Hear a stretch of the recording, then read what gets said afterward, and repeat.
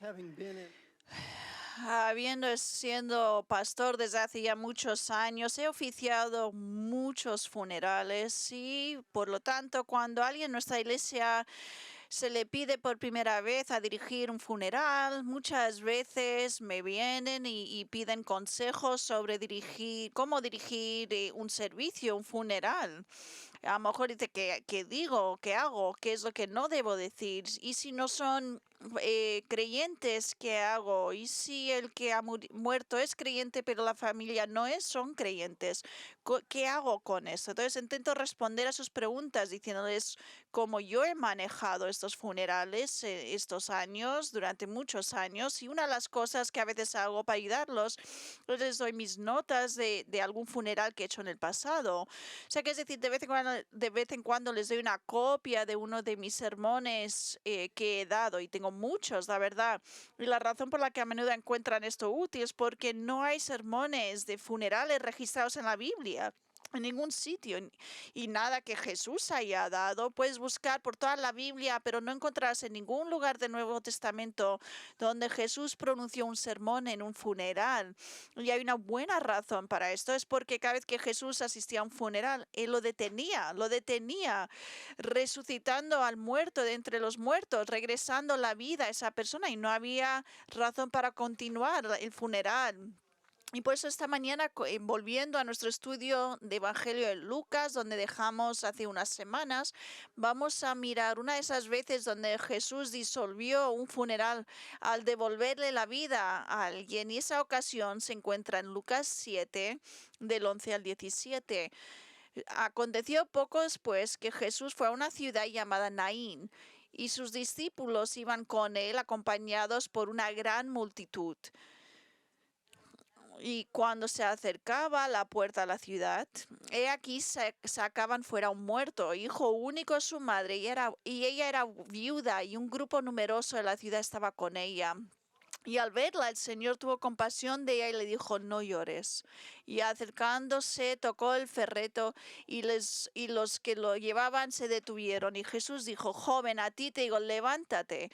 El que había muerto se incorporó y comenzó a hablar, y Jesús se lo entregó a su madre. El temor se apoderó de todos y glorificaban a Dios, diciendo: un gran profeta ha surgido entre nosotros, y Dios ha visitado a su pueblo. Y este dicho que se decía de él se divulgó por toda Judea y por toda la región circunvecina. Ahora, este incidente se registra solo aquí en el Evangelio de Lucas. Ni Mateo, ni Marcos, ni Juan lo mencionan. Pues, sin embargo, tienes que entender que es la única vez que leemos en el Nuevo Testamento que Jesús resucitó a alguien de entre los muertos. Han habido dos otras veces donde leemos que Jesús resucitó a un individuo de entre los muertos que antes habían estado muertos. Específicamente la hija de un hombre llamado Jairo, y, como recordarán, el amigo de Jesús, Lázaro, Juan 11. O sea que sí que es cierto que todas las muertes son dolorosas, todas las muertes nos dan tristeza, pero lo que hace la muerte, lo que leemos aquí en Lucas 7, aún más triste y que nos rompe el corazón, es que el hombre que murió era el único hijo de su madre viuda. O sea, lo que significa es que esta mujer ahora no tenía nadie que la mantuviera o que la protegiera. Es decir, sin esposo y ahora sin un hijo. Esta mujer no tenía medios de apoyo económico de nadie que le cuidara. Estaba sola en este mundo. Y verán, en esa época y cultura el gobierno no proporcionaba recursos para las viudas. Y habían oportunidades muy limitadas para que una mujer se ganara la vida. Y además, la muerte de su único hijo también significó el final de su línea familiar, que era trágico en Israel. La línea familiar había acabado y toda la herencia se acabó con él. Y este fue un funeral de profunda tristeza, lleno de mucho dolor, que Jesús se encontró aquí en este lugar. Y de hecho, en el antiguo Israel, la muerte de un hijo único trajo tanta angustia al alma que los escritores bíblicos del Antiguo Testamento a menudo usaban la expresión duelo por un hijo único para transmitir los más profundos dolores y aflicciones. Por ejemplo, en Jeremías 6 Verso 26, el profeta Jeremías, al anunciar que Dios estaba enviando a los babilonios para juzgar a Israel, dijo esto, dijo, hija de mi pueblo, cíñete el cilicio y revuélcate en ceniza, haz duelo como por hijo único. Lamento de gran amargura, porque pronto el destructor vendrá sobre nosotros. Dice, ser con gran amargura. Y Amós dice lo mismo en 8:10. El profeta dice, entonces cambiaré vuestras fiestas en llanto y todos vuestros cantos en lamento. Pondré silicio sobre todo lomo y calvicie sobre toda cabeza. Haré que sea como un duelo por hijo único y su fin como día de amargura. Pero de todas las cosas horribles por las que pasaron Israel, el, el momento de mayor dolor de su historia fue en el momento en que Dios le quita la ceguera espiritual. Esta es en la tribulación, donde le va a quitar la ceguera espiritual y se da cuenta por primera vez como nación de que han rechazado y asesinado a su propio Mesías, el Señor Jesucristo. Y ese tiempo de angustia también se comparará al luto por la muerte de un hijo único. Zacarías 12:10 dice estas famosas palabras, y derramaré sobre la casa de David y sobre los habitantes de Jerusalén el espíritu de gracia y súplica, y me mirarán a mí, a quien han traspasado, eso es el Señor mismo, y se lamentarán por él como quien se lamenta por un hijo único, llorarán por él como se llora por un primogénito. ¿Te imaginas?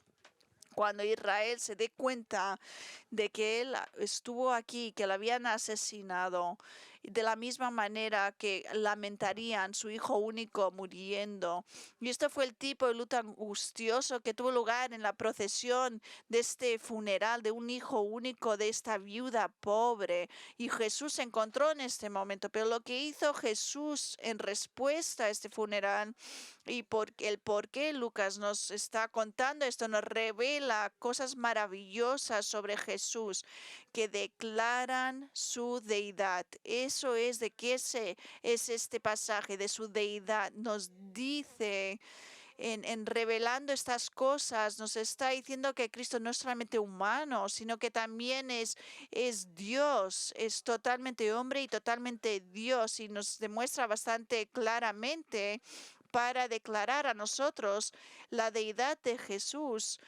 Porque si miran en su pasaje el verso 13, algo que a lo mejor no lo has visto antes en Lucas, verás aquí en este versículo que Lucas llama a Jesús Señor. Él dice, cuando el Señor la vio, al verla el Señor, a lo mejor esto no parece particularmente importante, porque muchas veces nosotros nos referimos a Jesús como Señor, pero igual te sorprenderá saber que es la primera vez en la narración del Evangelio de Lucas que él personalmente, Lucas personalmente, llama a Jesús el Señor.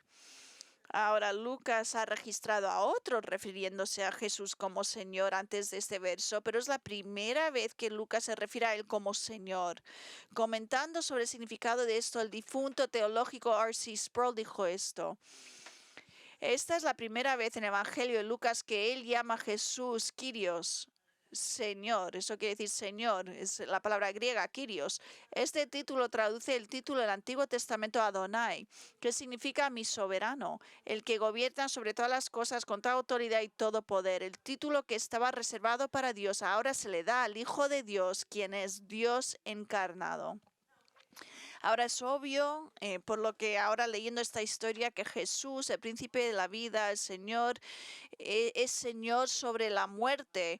Por su poder divino resucitó al hijo de esta viuda, algo que solo Dios puede hacer, solo Dios puede dar la vida y quitar la vida. Pero viendo aquí a la historia entera, vemos muchas maneras, algunas menos obvias que otras, pero vemos aquí que las acciones de Cristo en relación con esta viuda y su hijo muerto declararán su deidad, siendo la primera, es esto, organizó soberanamente este encuentro, Mirad el verso 11. Aconteció poco después que Jesús fue a una ciudad llamada Naín y sus discípulos iban con él acompañados por una gran multitud.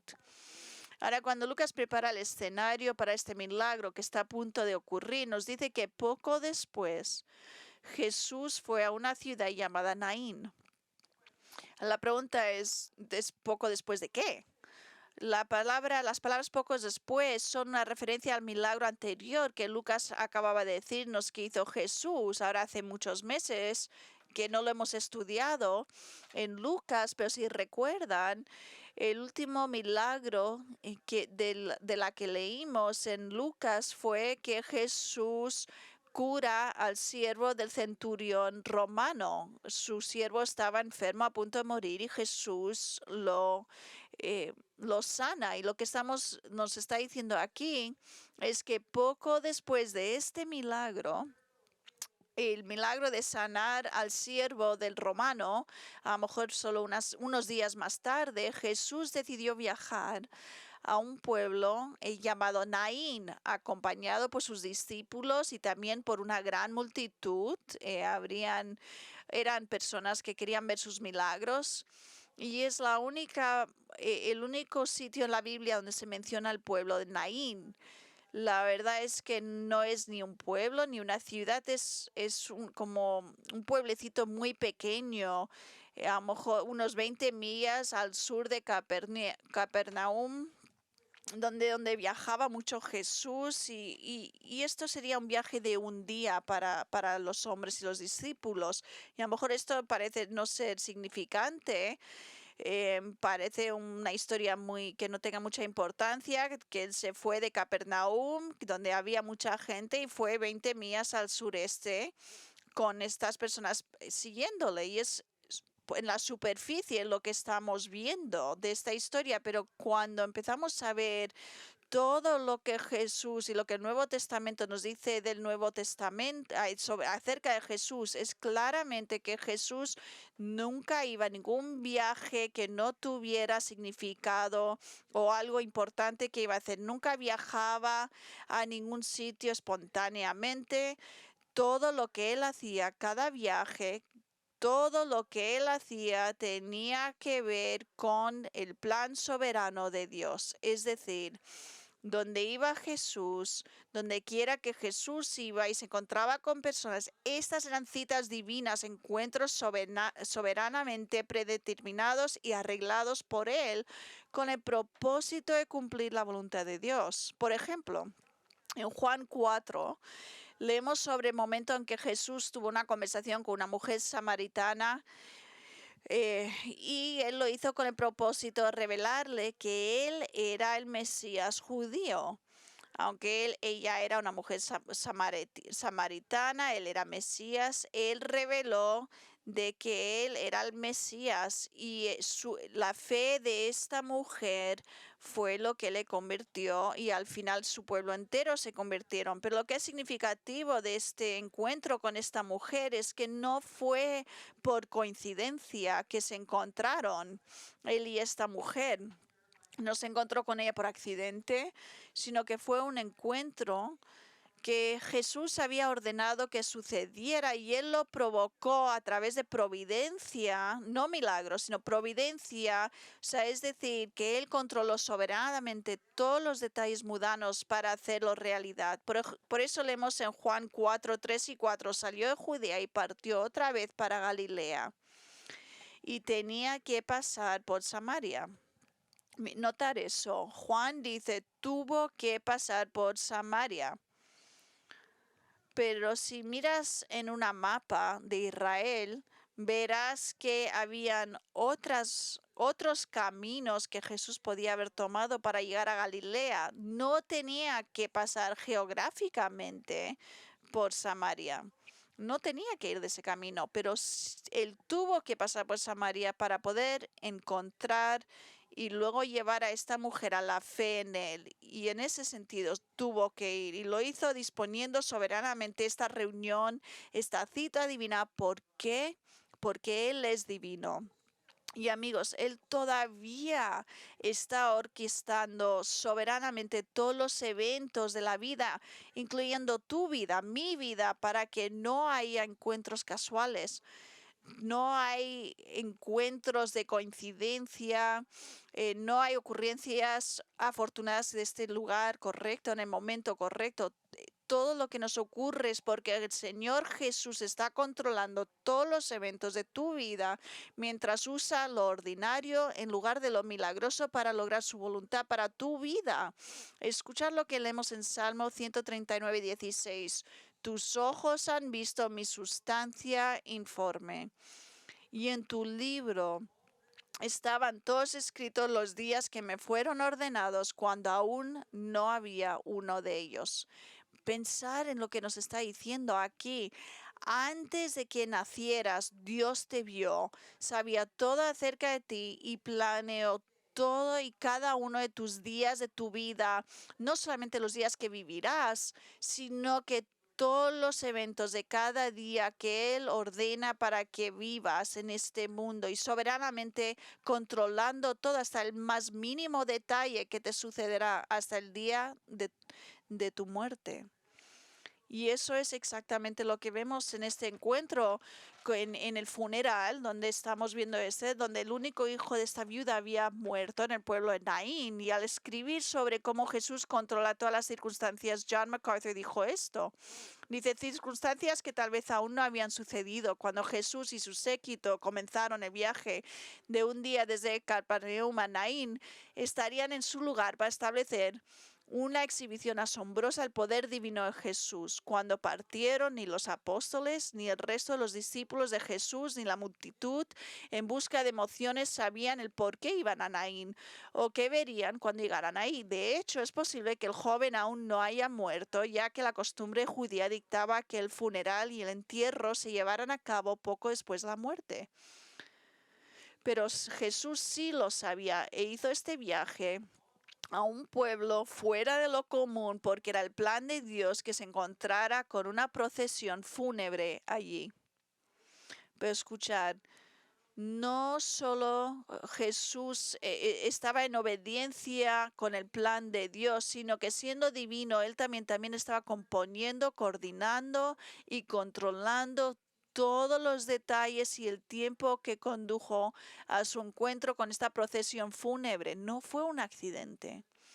Y a medida que Lucas continúa desarrollando esta historia, nos cuenta una segunda forma en que Jesús declaró su deidad en relación con el funeral. Primero lo declaró orquestando soberanamente este encuentro. Y es una verdad que encontramos en nuestra historia que es ordenado por Dios. Y ahora lo vemos declarando su deidad por demostrando compasión divina. Versos 12 y 13. Y cuando se acercaba a la puerta de la ciudad, he aquí, sacaban fuera un muerto, hijo único de su madre, y ella era viuda, y un grupo numeroso de la ciudad estaba con ella. Ahora Lucas nos dice que cuando Jesús se acercó a la puerta de la ciudad para entrar en ella, se estaba llevando a cabo una procesión fúnebre que iba en la otra dirección, la dirección contraria, fuera de la ciudad, en la que el cuerpo del único hijo de una viuda estaba siendo transportando, lo que nosotros llamaríamos algo así como una camilla portátil. Era más como una camilla en esos días, no lo que usamos hoy en día para enterrar a nuestros familiares, era una camilla portátil. ¿Y por qué este cadáver estaba siendo sacado de la ciudad? Muy simple. Se llevaba a cabo fuera de la ciudad porque el antiguo Israel, los entierros siempre se hacían fuera de los límites de la ciudad, nunca dentro de la ciudad. Y esto era para evitar la profanización, ritos que tenían. Y ahora Lucas dice que al unirse con esta viuda en la procesión fúnebre, que también había una gran multitud de personas de la ciudad de Naín. Y el hecho de que Lucas no menciona ningún otro hijo de esta viuda como parte de esta gran multitud, parecería indicar que ella no tenía otros hijos, sino diría Lucas que habían otros hijos ahí también. Y ahora ya sin su esposo, ahora había perdido a su único hijo por muerte sin descendencia para cuidarla. Y qué triste. No hay nada más aquí que tristeza y miseria Y es lo único que vemos, una viuda llorosa que encabeza el cortejo fúnebre de su hijo muerto, seguido por una gran multitud de la ciudad, que habría incluido amigos, vecinos, músicos y mujeres que lloraban, que eran profesionales dolientes, porque formaban parte de de todos los funerales judíos. Ahora sabemos que todos los funerales son eventos de luto, porque incluso cuando un creyente muere a una edad avanzada y sabemos que están con el Señor, aún así lamentamos porque los echamos de menos. No podemos evitar echarles ese, pero la muerte de un hijo lleva el duelo a otro nivel de angustia. Es una agonía sin igual y algo que todos los padres temen. Es algo que alguien ha dicho que el perder a un hijo es tener el punto antes de que se acabe una frase. Y es verdad, es algo muy que no es natural para un padre experimentar, pero es exactamente lo que estaba experimentando esta viuda de Naín, la trágica miseria de perder a su único hijo, además de haber perdido previamente a su esposo y ahora estando completamente sola en este mundo y sin nadie que la apoye y que con nadie que la proteja. Y sabemos que la muerte es horrible, lleno de miseria y angustia. En el libro de Job se refiere a la muerte como el rey de los terrores y el apóstol Pablo lo llamó el último enemigo. Porque es el enemigo. Y es importante que recordemos de dónde viene la muerte y la miseria que sigue a la muerte. ¿De dónde viene? ¿De dónde empezó esto? No vino de Dios, vino del pecado.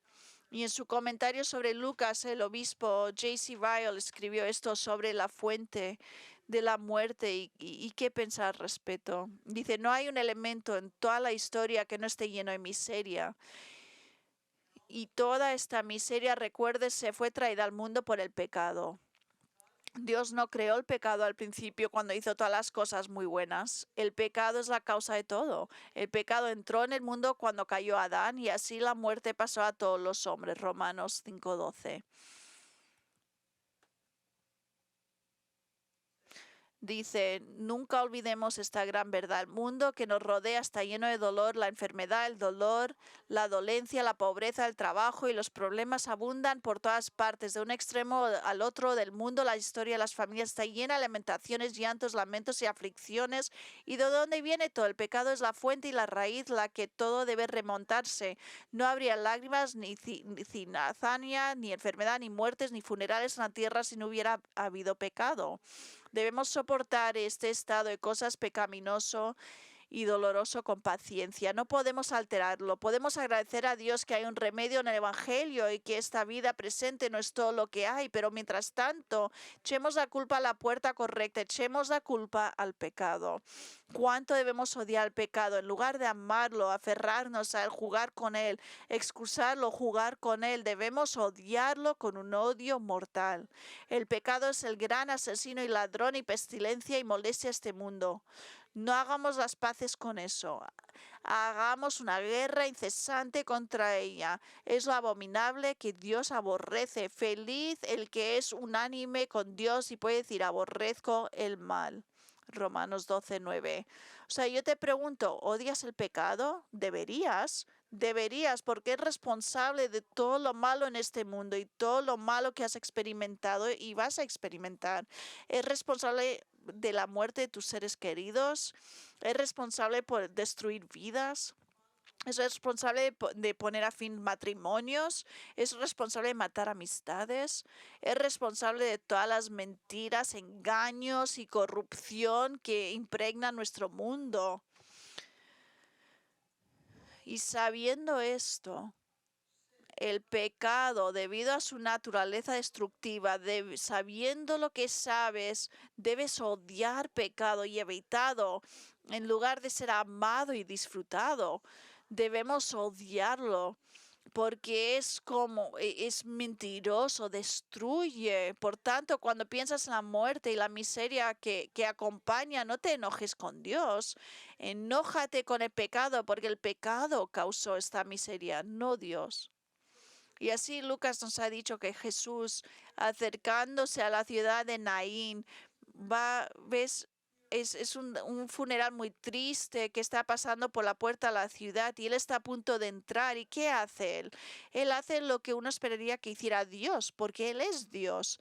Él muestra a esta mujer compasión divina. En el verso 13 dice, al verla, el Señor tuvo compasión de ella y él le dijo, no llores.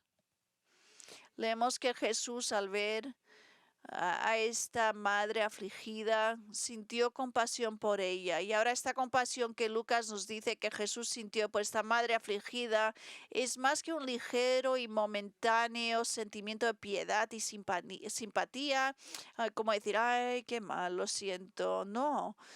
La compasión que Jesús tuvo, viene la palabra griega que se traduce de lo que llevamos dentro de nuestros cuerpos, nuestros corazones, nuestros pulmones, nuestro hígado. Y se le llama así por el efecto que nuestras emociones tienen sobre las partes internas de nuestro cuerpo.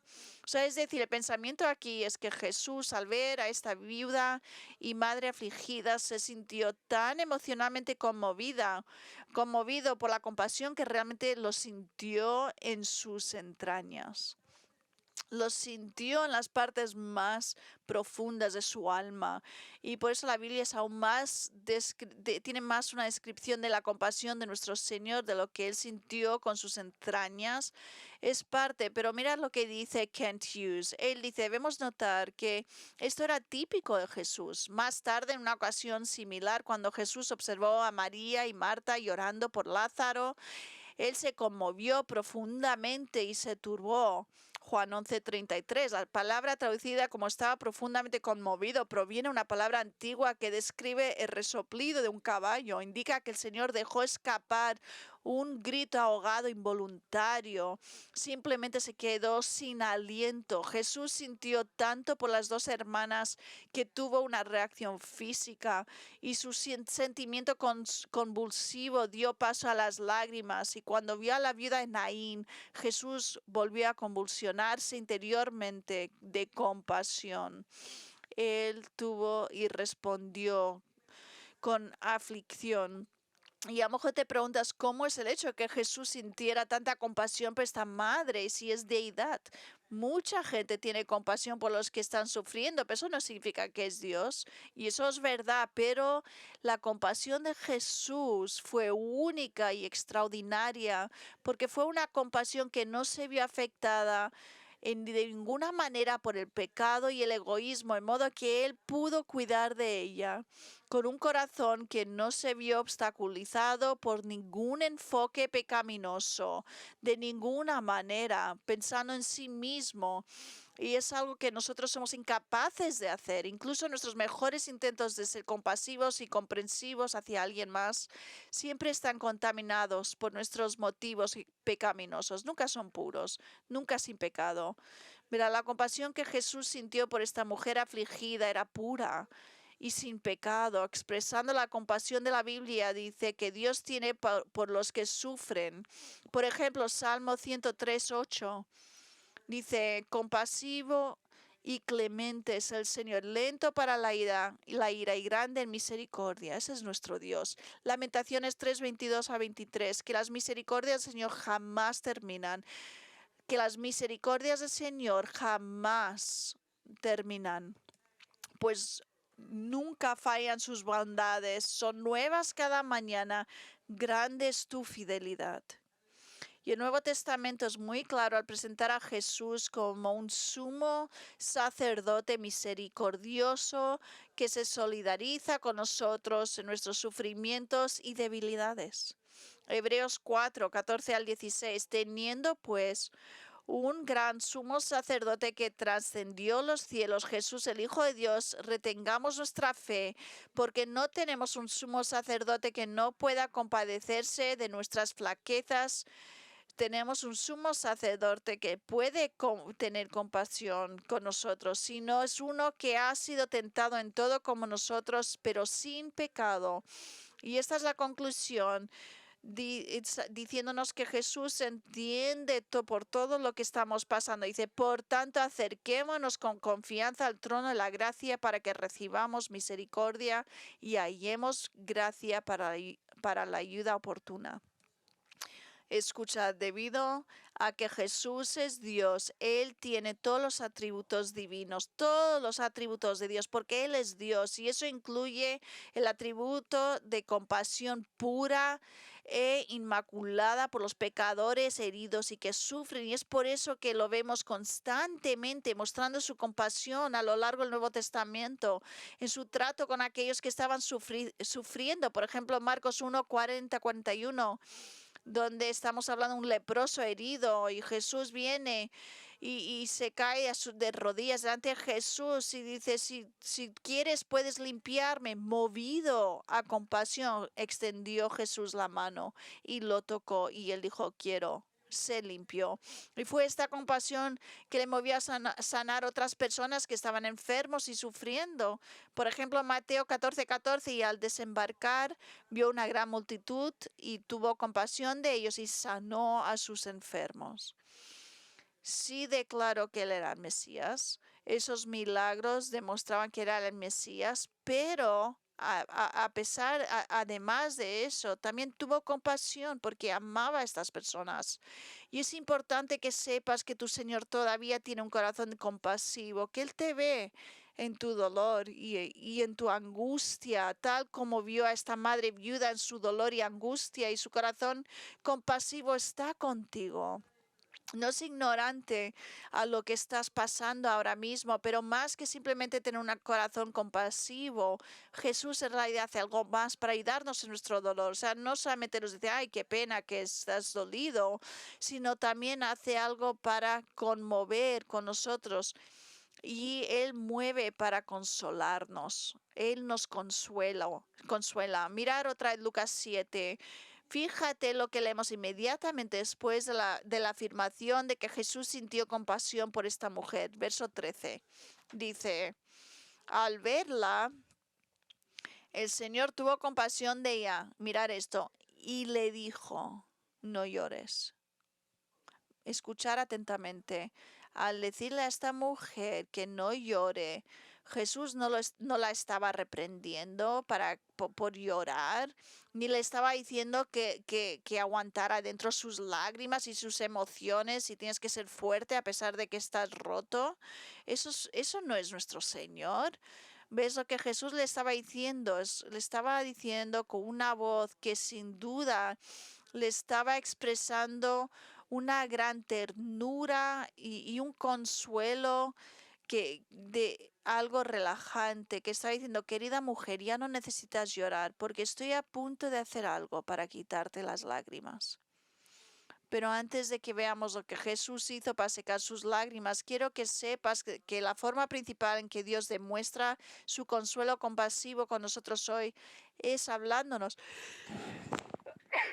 Perdón, no verbalmente, no aquí en persona, pero Él nos habla a través de su palabra, la Biblia. Así como Jesús le habló a esta mujer para traerle consuelo, así Él nos trae consuelo a nosotros hablando palabras para consolarnos de su palabra, la Biblia, las Escrituras. Escucha lo que dice las Escrituras acerca de Dios consolándonos. Me encanta esto, Salmo 94, 19. Cuando mis inquietudes se multiplican dentro de mí, tus consuelos deleitan mi alma. Pero creo que es traducido un poco mejor en la traducción que se llama ESV. Cuando las preocupaciones de mi corazón son muchas, tus consuelos alegran el alma. Salmo 119, 28, de tristeza llora mi alma, fortaléceme conforme a tu palabra. Salmo 119, 50, este es mi consuelo en la aflicción, que tu palabra me ha vivificado. Salmo 119, 143, angustia y aflicción han venido sobre mí, mas tus mandamientos son mi deleite. En 2 Corintios 1. El apóstol Pablo, como dijimos antes, refirió a Dios como el Dios de todo consuelo el Padre misericordias, y esto es lo que Él dice sobre Él y el consuelo que Él nos ofrece. Bendito sea Dios el Padre y nuestro Señor Jesucristo, Padre misericordias y Dios de toda consolación, el cual nos consuela en toda tribulación nuestra, para que nosotros podamos consolar a los que están en cualquier aflicción con el consuelo con que nosotros mismos somos consolados por Dios. Dios nos consuela en todas nuestras aflicciones. ¿Y cómo lo hace? Lo hace a través de su palabra. Es su palabra que nos da el consuelo. Y es su palabra que nos informa de verdades tan increíblemente reconfortantes y alentadores y que nos ayuda a desarrollar nuestro carácter y nos da perseverancia. Una verdad que Dios usa todas las cosas para nuestro bien. La verdad que Él nunca te desamparará, nunca te dejará. La verdad que Él te invita a echar todas nuestras cargas sobre Él, porque Él se preocupa por nosotros. Hace poco escuché un sermón donde Él dice que Él se preocupa por ti, dice que Él te ama, que significas mucho para Él. La verdad es que aunque la muerte es dolorosa, para un creyente en Cristo tienes el cielo para esperar reencuentro con nuestros seres queridos y con Cristo mismo en el cielo.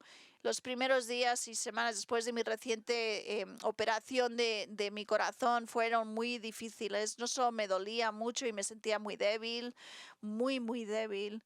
Estaba luchando con la melancolía que me golpeaba muchas veces durante las noches cuando me venía, y un amigo mío que recientemente había tenido una operación me advirtió que esto podía pasar, porque él me dijo, siempre que hay cirugía en el corazón, siempre afecta al cerebro, provocando melancolía y depresión, y tuvo razón. Y la forma en que combatí este desánimo que estaba sintiendo dentro de mí por las noches, me consolé con las verdades, la palabra de Dios. Cada noche Michelle me leía de un libro de Joni Eareckson Tada, y hablando de sufrimiento y dolor y lo que Dios dice acerca del dolor y sufrimiento. Y mientras estaba en la cama leía también un libro de Dr. Martin Luther Lloyd Jones, Depresión Espiritual, en que él aborda las diversas formas de depresión con las que luchan los creyentes y sus soluciones bíblicas.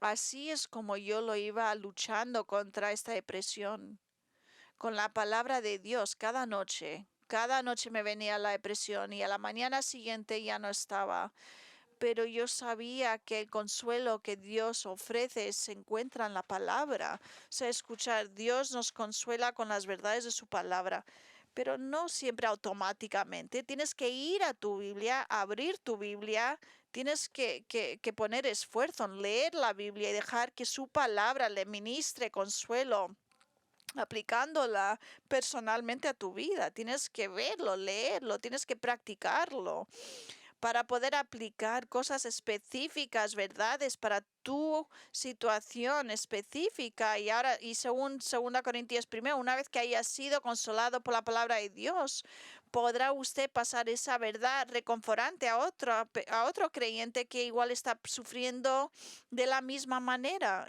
Es así como funciona.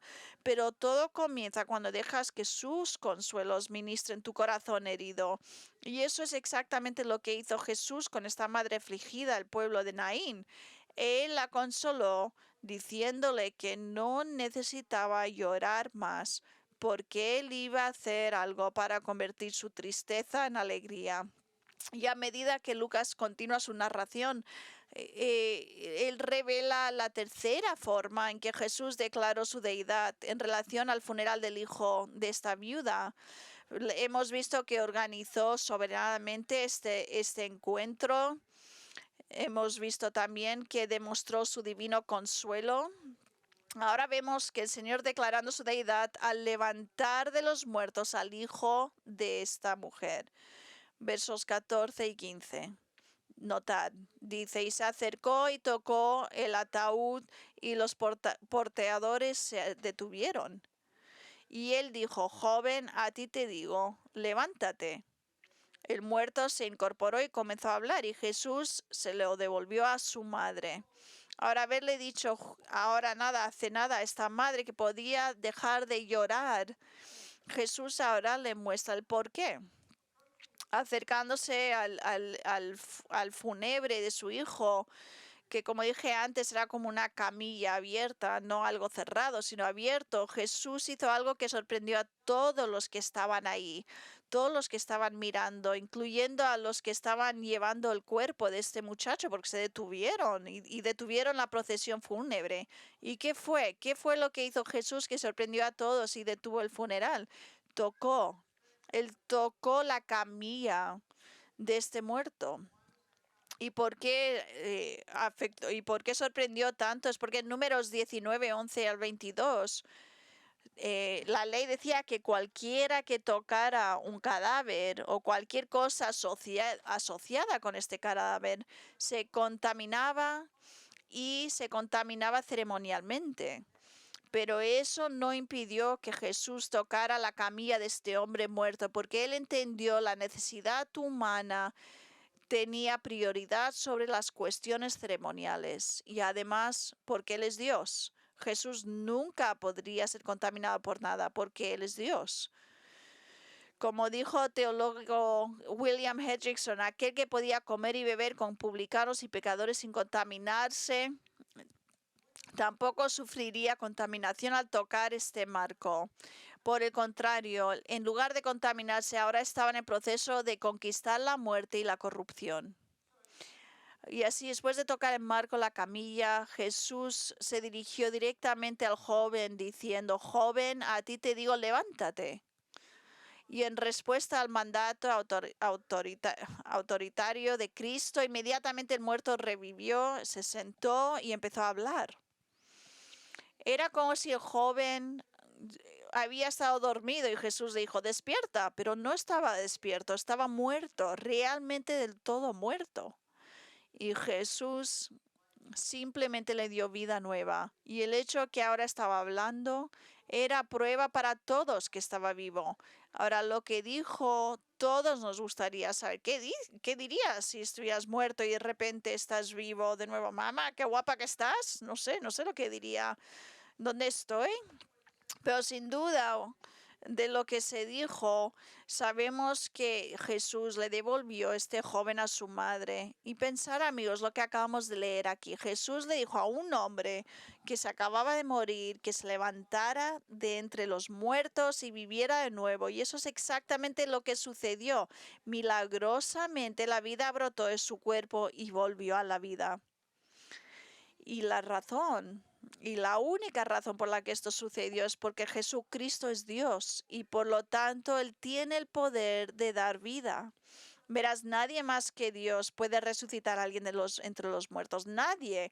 Él es el único que da la vida, es el único que quita la vida. Incluso el Antiguo Testamento, donde leemos, por ejemplo, en 1 Reyes 17, sobre la resurrección del hijo de la viuda de Sarepta por parte del profeta Elías, y luego en 2 Reyes 4, sobre cómo el profeta Eliseo hizo lo mismo, resucitando al hijo de una mujer. Esos levantamientos, esos milagros fueron respuesta a la oración. Los profetas no lo hicieron, Dios lo hizo. En respuesta a las oraciones de los profetas.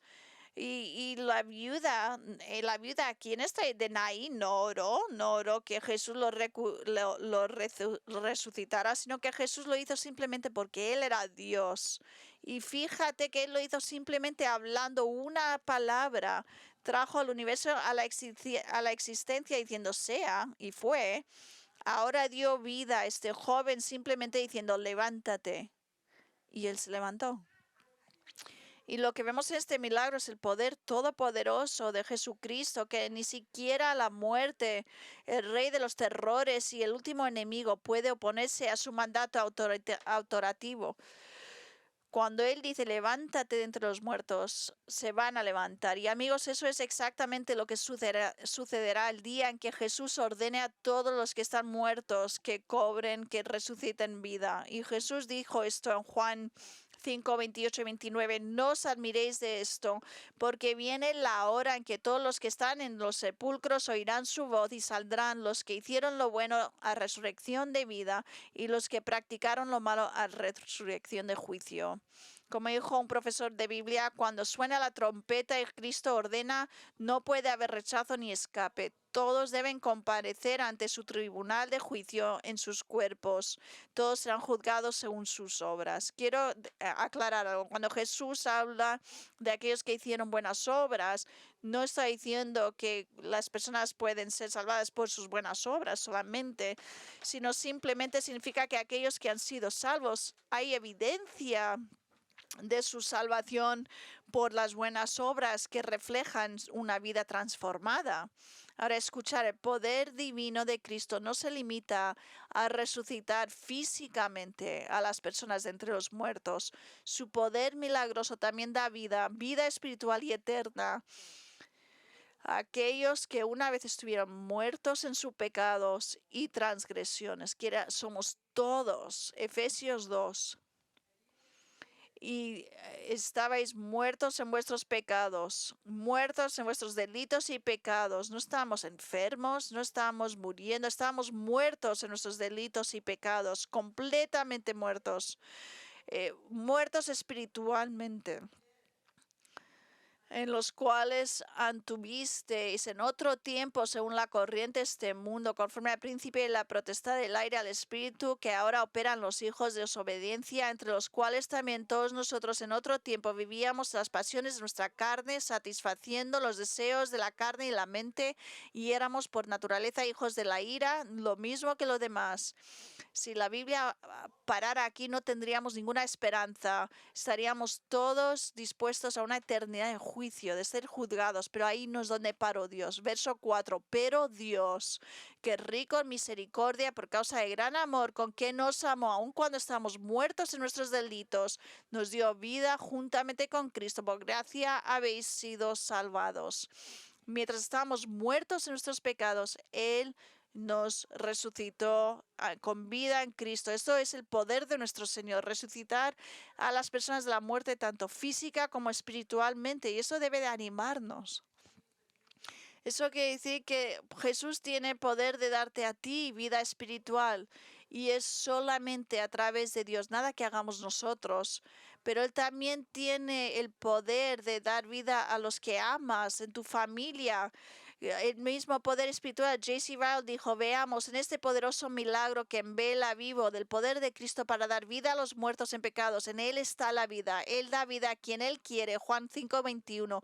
Él puede resucitar a una nueva vida a las almas que ahora están muertas en la mundanalidad y el pecado. Él puede decir a los corazones que ahora están corruptos y sin vida: levántense al arrepentimiento y vivan al servicio de Dios. Nunca desesperemos de ningún alma. Oremos por nuestros hijos y nunca desmayemos. Nuestros jóvenes y nuestras jóvenes puedan tardar mucho en llegar a la ruina, pero sigamos orando. ¿Quién puede decir sino Él, que se reunió con el funeral de las puertas de Naín? Aún puede encontrarse con nuestros hijos inconversos y decir con todopoderoso poder: joven, levántate. Con Cristo nada es imposible. Amén. Como dije antes, Jesús nunca dio un sermón en un funeral, porque, como he dicho antes, cada funeral que Él asistió lo detuvo, porque resucitó al difunto, al muerto entre los muertos. Pero ¿qué fue la reacción de aquellos que realmente estaban ahí? Lo estamos leyendo ahora, hace más de 2000 años más tarde, pero ¿qué fue la reacción de los que estaban ahí viendo esta resurrección milagrosa de este joven en Naín? Pues leemos esto en el 16. El temor se apoderó de todos y glorificaban a Dios, diciendo: un gran profeta ha surgido entre nosotros y Dios ha visitado a su pueblo. Su primera reacción fue miedo, miedo en el sentido de asombro, un asombro porque reconocieron que Dios había hecho este milagro asombroso, que era de Dios, y por eso leemos que empezaron a glorificar a Dios, diciendo: un gran profeta se ha levantado entre nosotros y Dios ha visitado a su pueblo. Ellos, en otras palabras, es decir, se dieron cuenta que habían experimentado una visita de Dios, porque solo Dios podía resucitar a alguien de entre los muertos, y estaban correctos con esto. Pero aunque reconocieron que Dios había hecho este milagro, no vieron que aquel que estaba en su presencia, allí mismo delante de ellos, Jesús, era Dios mismo. Mirad, fíjate, se refirieron a él como un gran profeta, lo que significa que al igual que los profetas de la antigüedad, específicamente puede ser Elías y Eliseo, que también habían sido usados por Dios para levantar a alguien de entre los muertos. Pero estaban equivocados porque todo lo que veían en Jesús era otro gran profeta que Dios había enviado a su pueblo, nada más. Nunca se les ocurrió que aquel que estaba en medio de ellos, en su presencia, que ellos podían tocar y hablar con él, era Dios, el Dios vivo en carne humana. Nunca se les pasa por la cabeza. Y resucitando a este joven por su propio poder y no como resultado de la oración, como lo hicieron Elías y Eliseo. Y entonces, pensando que Jesús era este gran profeta nuevo a quien Dios había enviado para ayudar a su pueblo, comenzaron a hablarles a otros en todo Israel acerca de él. Dice esto en el verso 17. Y este dicho que se decía de él se divulgó por toda Judea y por toda la región de su alrededor. Por todas partes que iban por Israel les iba diciendo y contando que había un profeta nuevo. Y qué triste que no reconocieron la verdad acerca de Jesús. Tenían una alta opinión de él, pero no lo suficiente.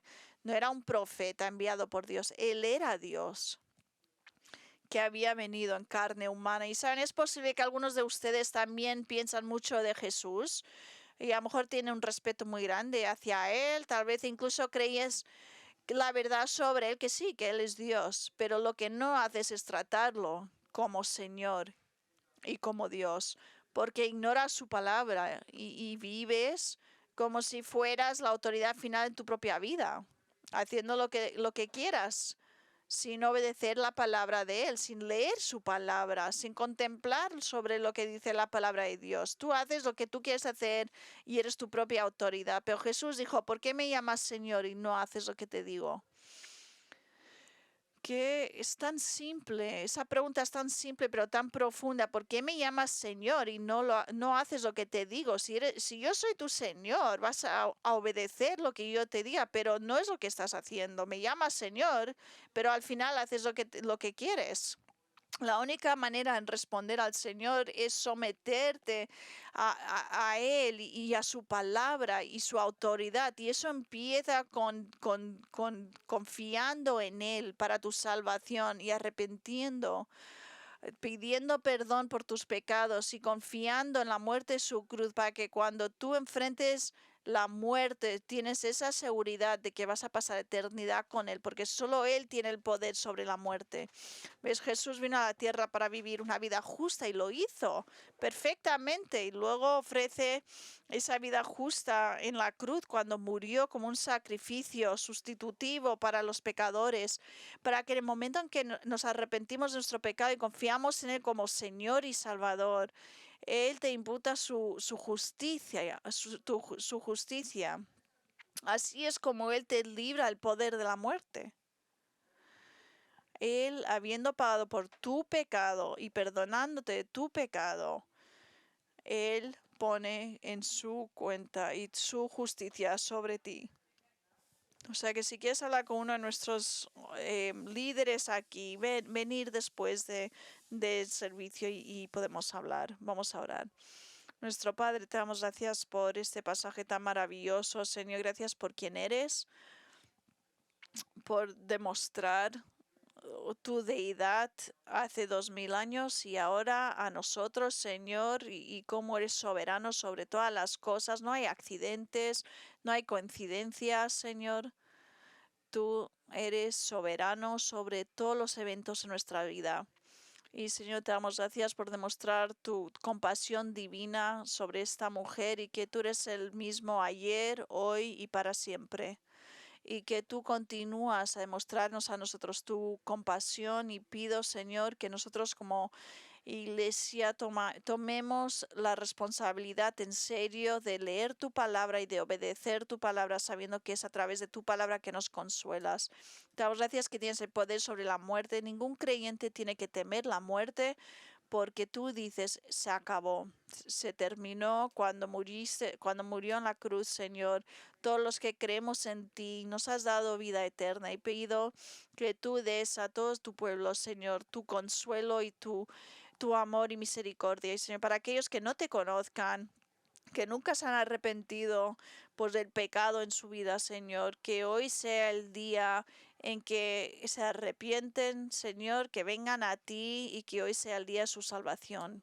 Y Señor, usa tu palabra para acontecer todo lo que tiene que ser acontecido y todo lo que planeas acontecer hoy. En tu nombre oramos. Amén.